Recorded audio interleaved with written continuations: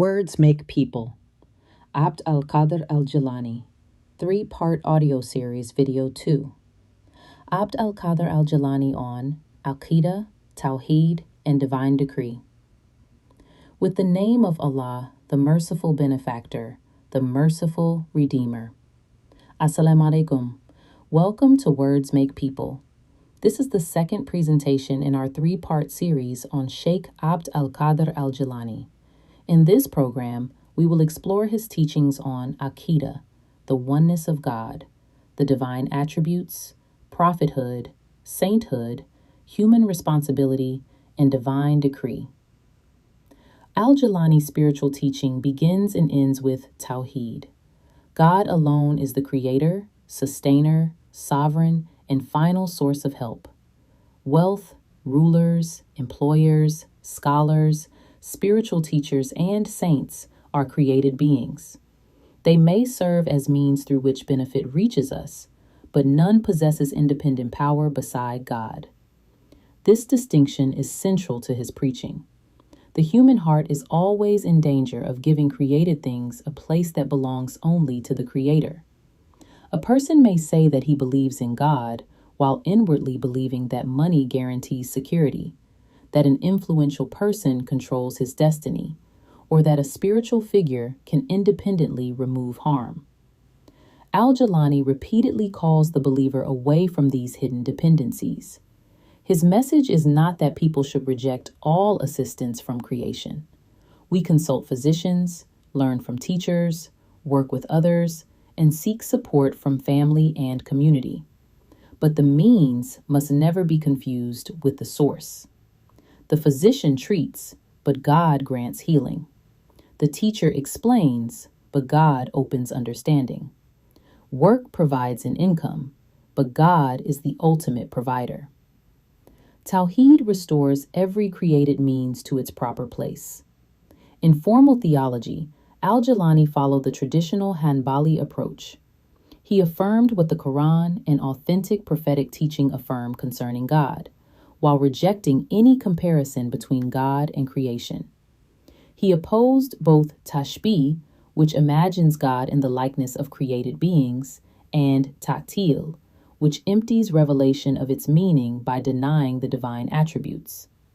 His method was to affirm revelation without asking how the divine reality resembles physical existence. God hears, sees, knows, wills, speaks, creates, and governs, but none of these attributes can be measured by human limitations.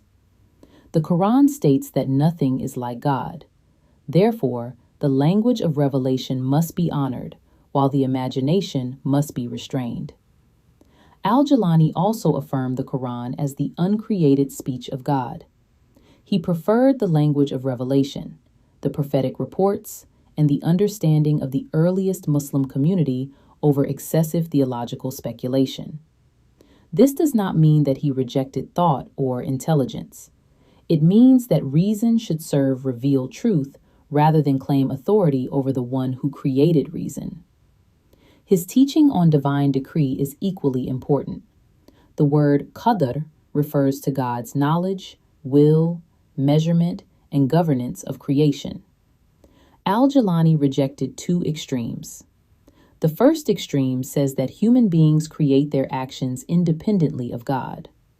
The second says that human beings possess no meaningful choice and therefore bear no true responsibility. He taught that God creates human beings, their capacities, their opportunities, and the world in which action occurs. Yet people choose and acquire their deeds, and they are accountable for those choices. God's decree does not excuse deliberate sin. A thief cannot justify theft by saying it was decreed. A tyrant cannot blame God for oppression. Revelation commands justice precisely because human beings are morally responsible. At the same time, responsibility does not place the servant outside divine sovereignty. Human freedom is real, but it is dependent freedom, not absolute independence. We do not choose our birth, physical inheritance, historical circumstances, or every event that confronts us. We do choose how we respond within the capacity given to us. That is the arena of responsibility. This balance protects faith from arrogance and despair.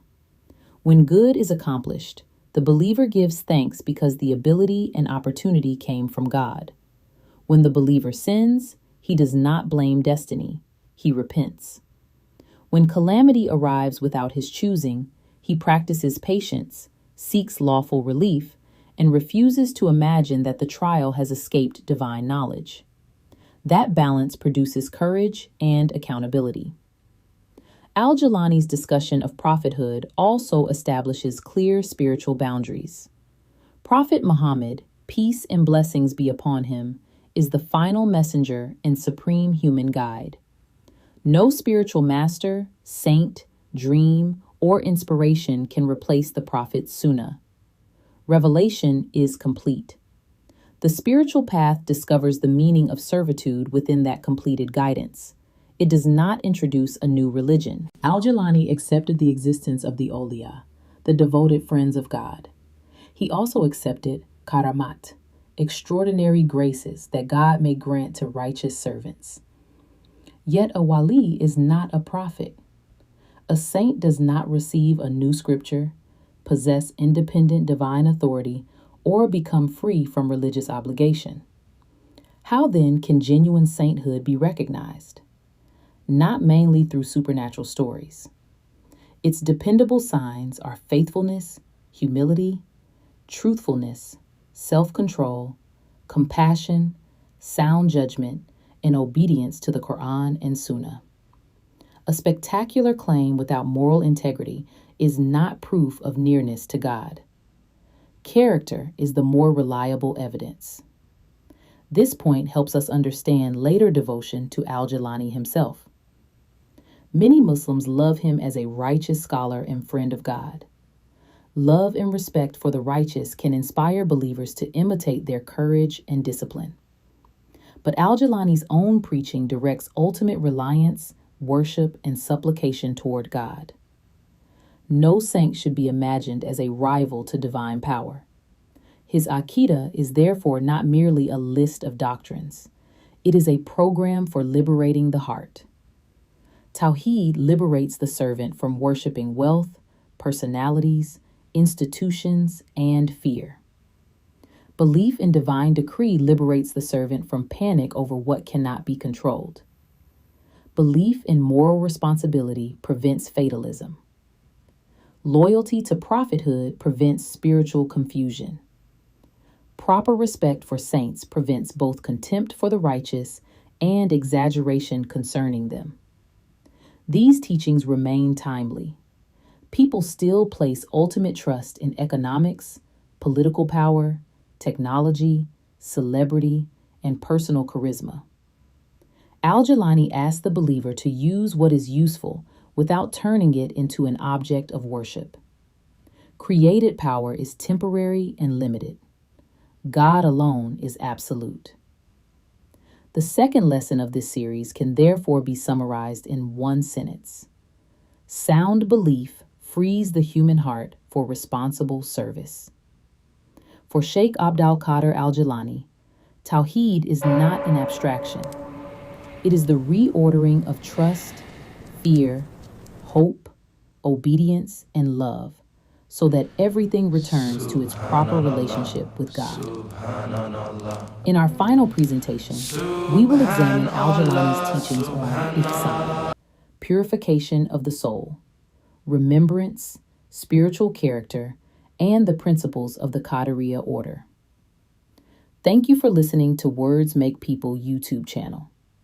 If this presentation has benefited you, please like the video, subscribe to the channel, and share it with others. Stay on the lookout for part 3. Until next time, Assalamu alaikum.